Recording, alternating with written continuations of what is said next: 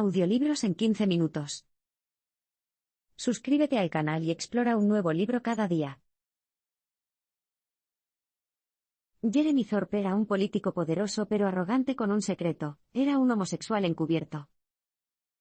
El político británico Jeremy Thorpe fue un hombre cuyo encanto y astucia lo ayudaron a ascender en las filas de la élite. Líder del Partido Liberal de 1967 a 1976, tenía una imagen pública impecable. Pero también tenía un secreto. Thorpe era homosexual, un hecho que ocultó por miedo a dañar su carrera política. Sin embargo, Thorpe también era imprudente en lo que respecta a sus asuntos. Muchos sentían que Thorpe era un hombre arrogante. Thorpe ciertamente sabía que con su encanto y la ayuda de amigos influyentes, podía escapar de cualquier situación difícil. Sin embargo, una relación en particular cambió esta situación. A principios de la década de 1960, Thorpe conoció a un hombre joven y emocionalmente inestable llamado Norman Scott. Los dos se conocieron a través de uno de los amigos de Thorpe, que era el empleador de Scott en ese momento. Thorpe se fijó en el joven jinete de doma clásica, y sugirió que Scott se pusiera en contacto con él en caso de que alguna vez necesitara un favor. Scott desconocía las verdaderas intenciones del político. Poco después de su reunión, Thorpe inició una relación sexual que Scott afirma que al principio no fue consensuada, diciendo que Thorpe lo violó durante su primer encuentro sexual. Más tarde, Scott se mudó a Irlanda, pero se mantuvo en contacto con Thorpe. Estaba decidido a que Thorpe lo ayudara a conseguir una tarjeta de seguro nacional, que necesitaba para conseguir un trabajo. Poco a poco, la obsesión de Scott se convirtió en un comportamiento que amenazaba con exponer a Thorpe.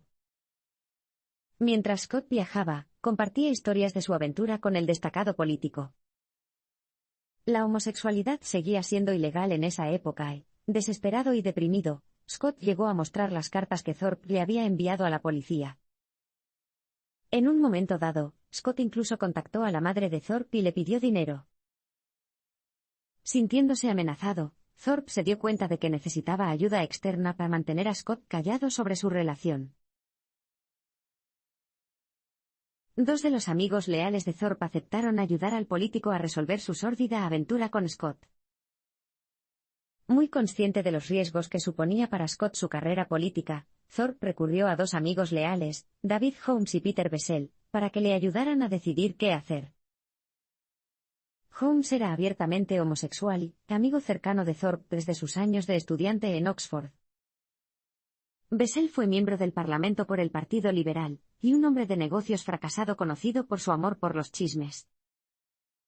Si bien se desconoce si Holmes y Thorpe habían tenido alguna vez una relación, se decía que compartían parejas sexuales. De cualquier manera, Holmes era inquebrantablemente leal a Thorpe. Bessel, por otro lado, no formaba parte del círculo de amigos de Thorpe, pero había admirado a Thorpe durante algún tiempo. Thorpe había utilizado sus poderosas conexiones para apoyar financieramente a Bessel. Uno de esos amigos, el acaudalado donante del Partido Liberal Jack Hayward, fue defraudado con cientos de miles de libras para ayudar a impulsar las numerosas y flojas empresas de Bessel. En resumen, Bessel estaba muy en deuda con Thorpe. Holmes y Bessel accedieron rápidamente a ayudar a Thorpe a resolver su difícil situación. Bessel se comunicó con Scott y le proporcionó un anticipo semanal en un intento de apaciguarlo. Sin embargo, Bessel decidió que la solicitud de tarjetas del Seguro Nacional no era válida, ya que darle la tarjeta a Scott crearía un vínculo sólido entre el político y su amante separado. Sin embargo, a pesar de los esfuerzos de sus amigos, Scott continuó difundiendo historias sobre su relación con Thorpe. En ese momento, estaba claro que algo tenía que ceder. Thorpe sugirió a sus amigos que solo quedaba un curso de acción, algo que llamó la solución definitiva. La solución era el asesinato. Holmes y Bessel estaban en contra de la idea de que asesinaran a Scott, pero no se marcharon. Con la esperanza de que Thorpe olvidara su drástico plan, los dos hombres continuaron enviando dinero a Scott y manteniéndolo alejado de Londres. Pero aún así Scott no se dejaría silenciar. Los fondos destinados a una campaña política se utilizaron para contratar al asesino de Scott. Para entonces, Thorpe había sido elegido líder del Partido Liberal. Hizo muchos sacrificios para llegar a la cima, y se negó a dejar que su romance con Scott arruinara su carrera.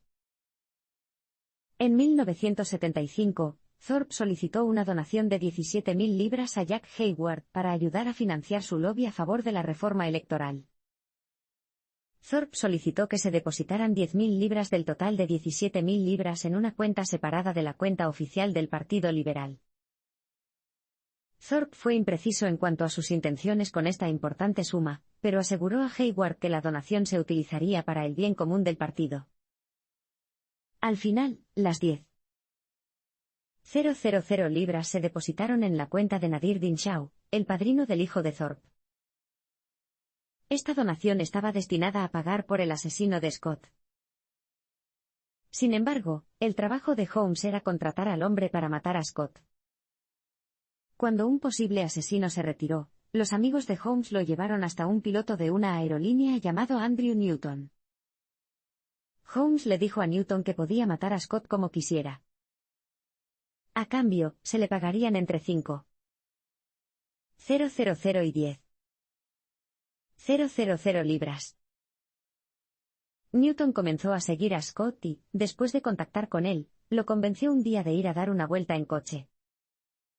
Sin embargo, Scott sintió que algo andaba mal. Newton apareció de la nada, solo para entablar amistad con él, y le pidió a un amigo que anotara el número de matrícula del automóvil que conducía Newton, por si acaso. Scott llevó a su perro con Newton a Exmoor, en el suroeste de Inglaterra. En un momento del viaje, Newton se detuvo en un intento de llevar a cabo su asesinato. Logró dispararle al perro, pero su arma se atascó cuando intentó dispararle a Scott. Newton se fue presa del pánico. Scott, dejado a un lado de la carretera con su perro muerto, finalmente fue recogido por un automóvil que pasaba. La matrícula del coche fue un detalle crucial que llevó a los investigadores a través de Newton de vuelta a Holmes. Una vez que se estableció esta conexión, Scott pudo convencer a las autoridades de que se tomaran en serio sus afirmaciones, y abrieran una investigación penal contra el político Jeremy Thorpe. Tras el fallido asesinato, Thorpe fue llamado a comparecer ante el tribunal para ser juzgado por intento de asesinato. En 1979, Thorpe se convirtió en el primer, y único miembro del Parlamento en ser juzgado por intento de asesinato en la historia británica. Los innegables vínculos entre Holmes y Newton eran ciertamente incriminatorios. Cuando Bessel también accedió a testificar contra Thorpe, el político ya no pudo evitar los cargos penales. Bessel recibió inmunidad a cambio de testificar contra Thorpe. Holmes, por otro lado, aparentemente era demasiado leal a Thorpe como para decir una palabra en su contra en el tribunal. Esta lealtad estaba muy fuera de lugar. Como Holmes descubriría más tarde, el abogado de Thorpe, George Carman, lo acusó a él y a uno de sus cómplices de planear el asesinato de forma independiente. Mientras Carman defendía con vehemencia la inocencia de su cliente, los medios de comunicación británicos estaban teniendo un día de campo.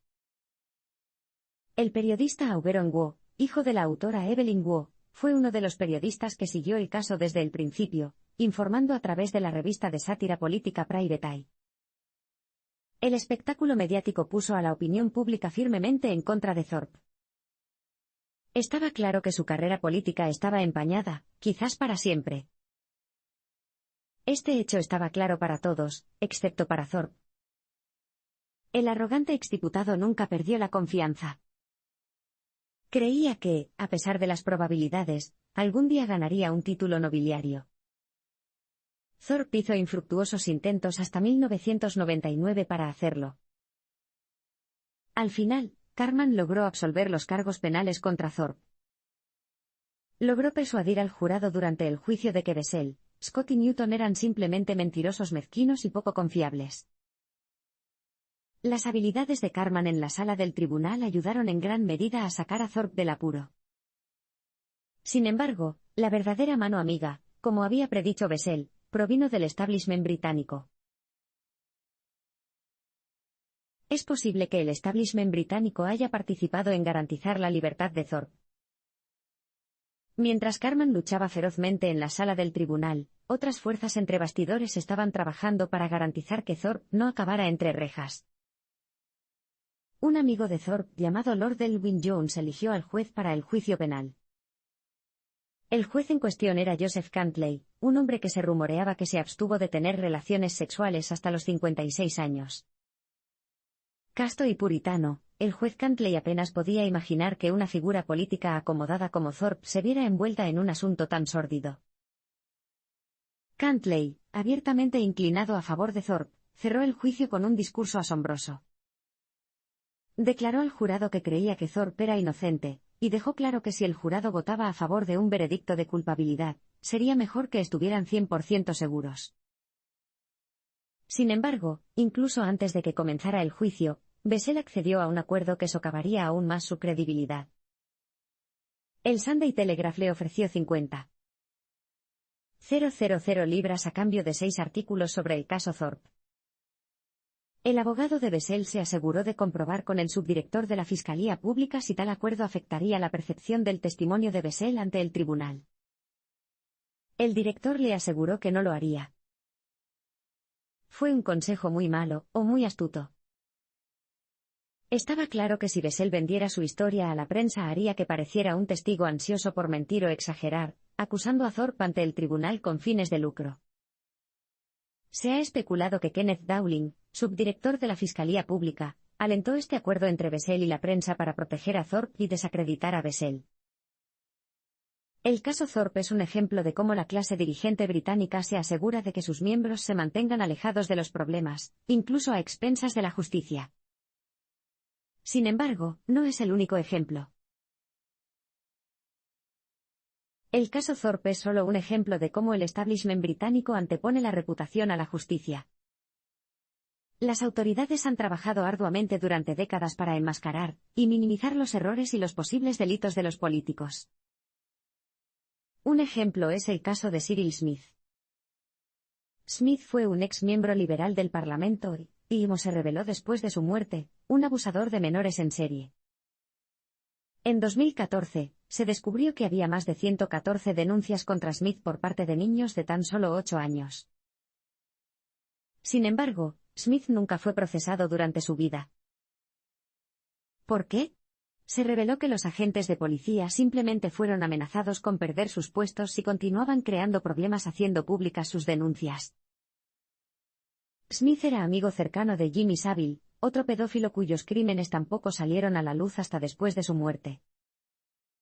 Por cierto, Savile apoyó a Thorpe durante una de sus campañas electorales. Por otra parte, el hermano de Jimmy Savile se presentó como candidato liberal en Battersea North. Durante muchos años después de su muerte, surgieron acusaciones de que había estado agrediendo sexualmente a pacientes con enfermedades mentales a quienes supuestamente ayudaba mientras trabajaba como oficial de recreación en Tooting.